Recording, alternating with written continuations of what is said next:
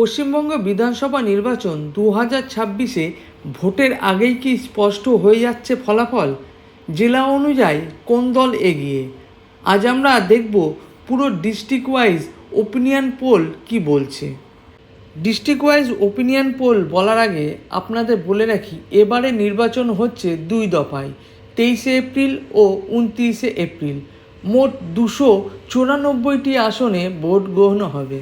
সাম্প্রতিক opinion pole অনুযায়ী TMC পেতে পারে 43 থেকে 45% ভোট, বিজেপি পেতে পারে 41 থেকে 43% ভোট, আর অন্যান্যরা পেতে পারে 10 থেকে 15% ভোট।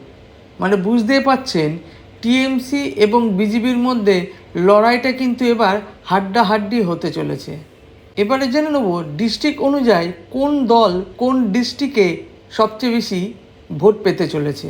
চলুন শুরু করা যাক উত্তরবঙ্গ থেকে। কুচবিহার, জলপাইগুড়ি এবং আলিপুরদুয়ারে বিজেপির শক্ত অবস্থান। এছাড়া দার্জিলিং, কার্শিয়াং, এই পাহাড়ি রাজনীতিতেও কিন্তু বিজেপি অনেকটাই এগিয়ে। উত্তর দিনাজপুরে ভোটারের সংখ্যা কিন্তু অনেকটাই বেড়েছে। এখানে বিজেপির প্রভাবও কিন্তু আগের তুলনায় অনেকটাই বেশি। সুতরাং বোঝাই যাচ্ছে উত্তরবঙ্গে বিজেপি কিন্তু একটা বড় ফ্যাক্টর। এবার আসি মাইনরিটি বেল্টে, অর্থাৎ মালদা ও মুর্শিদাবাদে। এখানে সংখ্যালঘু ভোট বড় ফ্যাক্টর। সাম্প্রতিক রিপোর্ট বলছে এখানে কিন্তু ভোটারের সংখ্যা অনেকটাই বেড়েছে। ওপিনিয়ন পোল অনুযায়ী টিএমসি এখানে পরিষ্কারভাবে এগিয়ে। এবার দেখে নেব দক্ষিণবঙ্গ। দক্ষিণবঙ্গ টিএমসির শক্ত ঘাঁটি। দক্ষিণ 24 পরগনায় একতরফা টিএমসি এগিয়ে। কলকাতা শহুরে ভোটেও কিন্তু টিএমসি লিড করছে। আর উত্তর 24 পরগনা, এখানে কিন্তু লড়াইটা একটু টাইট হতে পারে, কারণ এখানে কিন্তু বিজেপি টিএমসিকে হাড্ডাহাড্ডি লড়াই দেবে। এবার আসি ইন্ডাস্ট্রিয়াল বেল্ট, অর্থাৎ আসানসোল, দুর্গাপুর, মানে পশ্চিম বর্ধমান।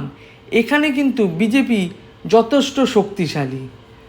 এছাড়া হাওড়া ও হুগলিতে কিন্তু টিএমসি এগিয়ে থাকলেও বিজেপি হাড্ডাহাড্ডি লড়াই দিতে চলেছে টিএমসিকে। চলুন এবার দেখে নিই জঙ্গলমহলে। পুরুলিয়া, বাঁকুড়া ও ঝাড়গ্রাম, এখানে আগে কিন্তু বিজেপি বেশ শক্তিশালী ছিল, কিন্তু বর্তমানে টিএমসি কিন্তু ধীরে ধীরে তাদের ক্ষমতা অনেকটাই অর্জন করেছে। তাই এখানে টিএমসি এবং বিজেপির মধ্যে কিন্তু 50-50 ফাইট হতে চলেছে। এবারের নির্বাচনে বড় বড় যে ইস্যুগুলো হতে চলেছে তার মধ্যে প্রথমটি হলো ভোটার লিস্ট বিতর্ক, অর্থাৎ লক্ষ লক্ষ মানুষের বাদ নাম পড়েছে এসআইআরে।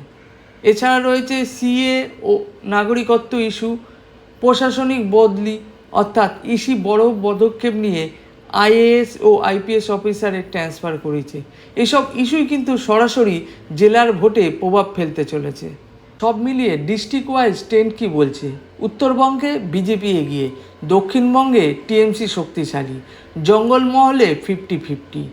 এখন ওপিনিয়ন পোল অনুযায়ী টিএমসি কিন্তু সামান্য এগিয়ে, কিন্তু বিজেপি শক্ত চ্যালেঞ্জ দিতে চলেছে। আপনার মতে কোন জেলা নির্ধারণ করবে 2026-এর ফলাফল?